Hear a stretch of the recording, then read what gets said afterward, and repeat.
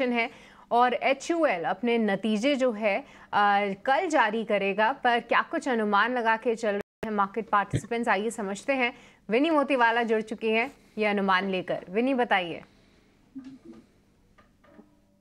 तो HUL के numbers ये टाइम म्यूटेड शो ही एक्सपेक्टेड है। रेवेन्यू ग्रोथ अराउंड 1% की है, प्रॉफिट्स में 3% की ग्रोथ और मार्जिन्स एक्सपेक्टेड है कि फ्लैटिश ही रहेंगे, 23.4% पे मार्जिन्स रहेंगी। नाउ इबिटा मार्जिन्स फ्लैट क्यों रहेंगे? ये टाइम इम्पैक्ट आ रहा है सेकंड फेज ऑफ जो हाइक हुई थी रॉयल्टी में, उसका हायर एड स्पेंड्स एक्सपेक्टेड है। और लास्ट टाइम के बेस क्वार्टर में जो GSK की जो कॉन्ट्रैक्ट थी डिस्ट्रीब्यूशन वाली ऑन द काउंटर सेल्स की, वो डिस्ट्रीब्यूशन कॉन्ट्रैक्ट जो थी वो खत्म हो गई थी नवंबर 23 में। तो बेस क्वार्टर में वो था, अब ये क्वार्टर में नहीं है, तो उसकी थोड़ी इम्पैक्ट मार्जिन पे भी रहेगी। उसके अलावा हार्श समर था, काफ़ी गर्मी थी, उसकी वजह से आइसक्रीम के सेल्स एक्सपेक्टेड है कि इम्प्रूव होंगे। पर उस दूसरी तरफ एक्सपेक्टेड है कि टी कॉफ़ी जैसे उनके जो फंक्शनल न्यूट्रिशनल ड्रिंक्स है वहाँ पे मे भी उसकी थोड़ी इम्पैक्ट दिख सकती है। ओवरऑल पर्सनल केयर सेगमेंट में एक्सपेक्टेड है डिक्लाइन रहेगी, क्योंकि वहाँ पे उन्होंने प्राइस कट्स लिए थे, शार्प प्राइसिंग हुई थी, तो उसकी वजह से पर्सनल केयर सेगमेंट में थोड़ी कट्स एक्सपेक्टेड है। ओवरऑल वॉल्यूम की बात करें तो 3% के आसपास ही वॉल्यूम एक्सपेक्टेड है। और डिमांड ट्रेंड्स वॉच आउट करेंगे, रूरल की क्या कमेंट्री आ रही है, अर्बन ट्रेंड्स कैसे शेप अप हो रहे हैं, सेगमेंट वाइज क्या कमेंट्री आ रही है, प्राइसिंग एक्शन क्या आगे जाते हुए उनको कुछ प्राइस हाइक प्राइस कट्स क्या सिचुएशन है अभी कमोडिटीज़ के हिसाब से, कुछ फर्दर कट्स है कि क्या है, और आउटलुक क्या है मार्जिन और RM का, ये इंपॉर्टेंट फैक्टर्स है वॉच आउट करने के लिए।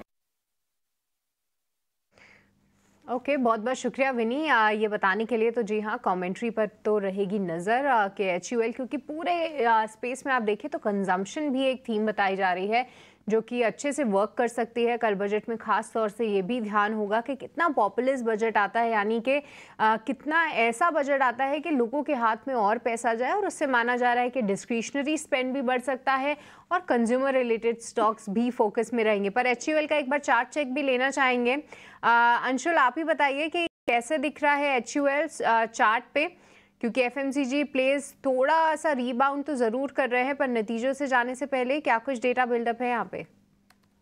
देखिए, HUL में 150 हफ्ते का पैटर्न ब्रेकआउट आया था और 3 दिन से उस ब्रेकआउट के ऊपर कंसोलिडेट कर रहा है, तो मोस्ट लाइकली इस स्टॉक में बड़ी तेजी डेवलप होती हुई दिख रही है। समवेयर अराउंड 2950 से 3000 तक के टारगेट मिलने चाहिए। सिमिलर पैटर्न मुझे याद है 4000 की रेंज में बजाज ऑटो में बना था, और वहां से जब स्टॉक ने चलना स्टार्ट किया था तो ऑलमोस्ट डबल हो गया था स्टॉक। तो हिंदुस्तान यूनिलीवर में डबल का नहीं दूंगा, क्योंकि ये लो बीटा काउंटर है। 2950 से 3000 तक का टारगेट शॉर्ट टर्म में मिलना चाहिए। अब ये शॉर्ट टर्म 1.5 से 2 महीने का रहेगा। 1.5 से 2 महीने आप पोजिशनली जो है HUL में अपनी फ्रेश पोजीशंस बना सकते हैं। आजकल मैं देखती हूँ कि अंशुल काफ़ी लंबे समय के ब्रेकआउट्स जो हैं वो हाईलाइट करते हैं। कितने मल्टीपल हफ्ते और महीनों के ब्रेकआउट्स जो हैं उनके एकदम स्क्रीन पे बने रहते हैं कि कितने टाइम बाद ये स्टॉक में मूवमेंट देखने को मिला है। काफ़ी अच्छी एनालिसिस है। पर इसके अलावा